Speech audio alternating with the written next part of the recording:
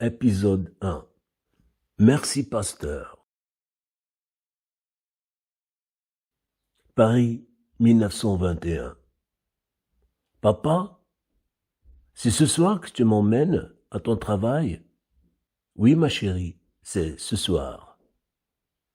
L'homme enfila son manteau et fit signe à sa fille de se préparer. Depuis 3 ans, il était gardien de l'Institut Pasteur. Ce travail était très important pour lui et il souhaitait le présenter à sa fille aînée. Il faisait froid en ce soir de novembre. Les rares passants se pressaient de rentrer dans la chaleur de leur foyer. Le gardien arriva avec sa fille près de l'Institut Pasteur. La fillette fut très impressionnée par cette bâtisse aux briques rouges, majestueuse comme un château. Le gardien alluma les lumières de l'Institut. À cette heure tardive, il n'y avait plus personne. « Qu'est-ce que ça veut dire, Pasteur ?» interrogea la fillette. « L'Institut porte le nom de son fondateur, Louis Pasteur. C'était un savant. Il a apporté beaucoup au monde. D'abord, il s'est intéressé au processus de fermentation. » La fillette bâilla. Elle aurait déjà dû être couchée depuis longtemps. Le gardien comprit que, pour intéresser sa fille, il faudrait lui raconter une histoire, la plus belle qu'il connaisse.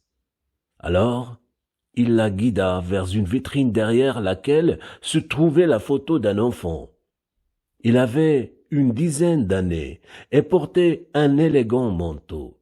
« Qui est-ce » demanda la fillette. « Il s'appelle Joseph. »« Comme toi ?» L'homme sourit. « Oui, comme moi. Veux-tu que je te raconte son histoire ?» La petite fille, curieuse, acquiesça en souriant. Le gardien prit une longue inspiration et raconta. Ce petit garçon vivait dans un village en Alsace. Chaque matin, il se rendait à l'école à pied. Un jour, il fut attaqué par un chien qu'il connaissait pourtant bien, car c'était celui de l'épicier.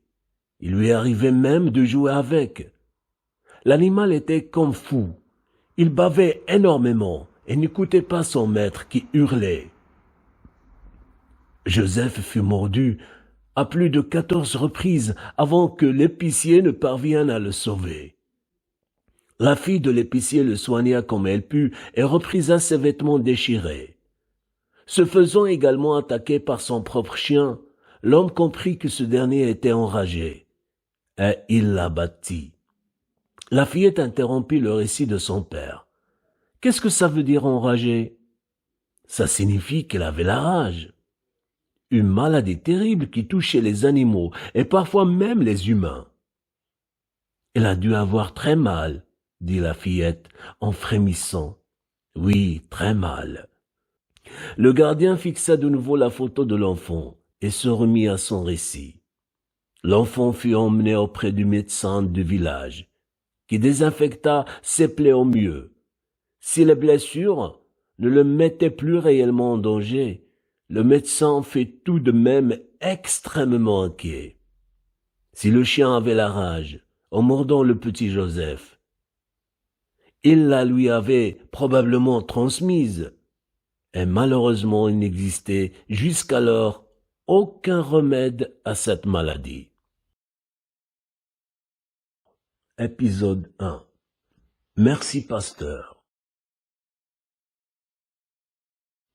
Paris, 1921. Papa, c'est ce soir que tu m'emmènes à ton travail? Oui, ma chérie, c'est ce soir. L'homme enfila son manteau et fit signe à sa fille de se préparer. Depuis 3 ans, il était gardien de l'Institut Pasteur. Ce travail était très important pour lui, et il souhaitait le présenter à sa fille aînée. Il faisait froid en ce soir de novembre. Les rares passants se pressaient de rentrer dans la chaleur de leur foyer. Le gardien arriva avec sa fille près de l'Institut Pasteur.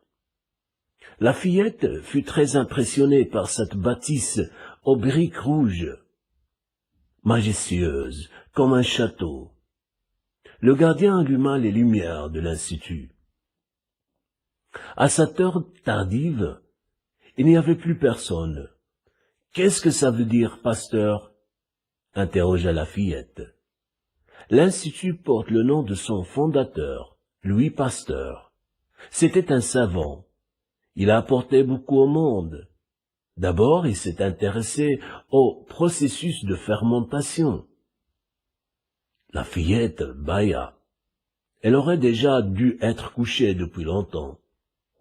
Le gardien comprit que, pour intéresser sa fille, il faudrait lui raconter une histoire, la plus belle qu'il connaisse. Alors, il la guida vers une vitrine derrière laquelle se trouvait la photo d'un enfant. Il avait une dizaine d'années et portait un élégant manteau. « Qui est-ce » demanda la fillette. « Il s'appelle Joseph. »« Comme toi ?» L'homme sourit. « Oui, comme moi. Veux-tu que je te raconte son histoire ?» La petite fille, curieuse, acquiesça en souriant. Le gardien prit une longue inspiration et raconta. Ce petit garçon vivait dans un village en Alsace. Chaque matin, il se rendait à l'école à pied. Un jour, il fut attaqué par un chien qu'il connaissait pourtant bien, car c'était celui de l'épicier. Il lui arrivait même de jouer avec.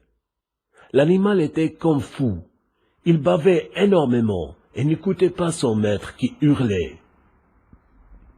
Joseph fut mordu à plus de 14 reprises avant que l'épicier ne parvienne à le sauver. La fille de l'épicier le soigna comme elle put et reprisa ses vêtements déchirés. Se faisant également attaquer par son propre chien, l'homme comprit que ce dernier était enragé, et il l'abattit. La fillette interrompit le récit de son père. « Qu'est-ce que ça veut dire enragé ?»« Ça signifie qu'il avait la rage. Une maladie terrible qui touchait les animaux et parfois même les humains. »« Elle a dû avoir très mal, » dit la fillette en frémissant. « Oui, très mal. » Le gardien fixa de nouveau la photo de l'enfant et se remit à son récit. L'enfant fut emmené auprès du médecin du village, qui désinfecta ses plaies au mieux. Si les blessures ne le mettaient plus réellement en danger, le médecin fut tout de même extrêmement inquiet. Si le chien avait la rage, en mordant le petit Joseph, il la lui avait probablement transmise, et malheureusement il n'existait jusqu'alors aucun remède à cette maladie.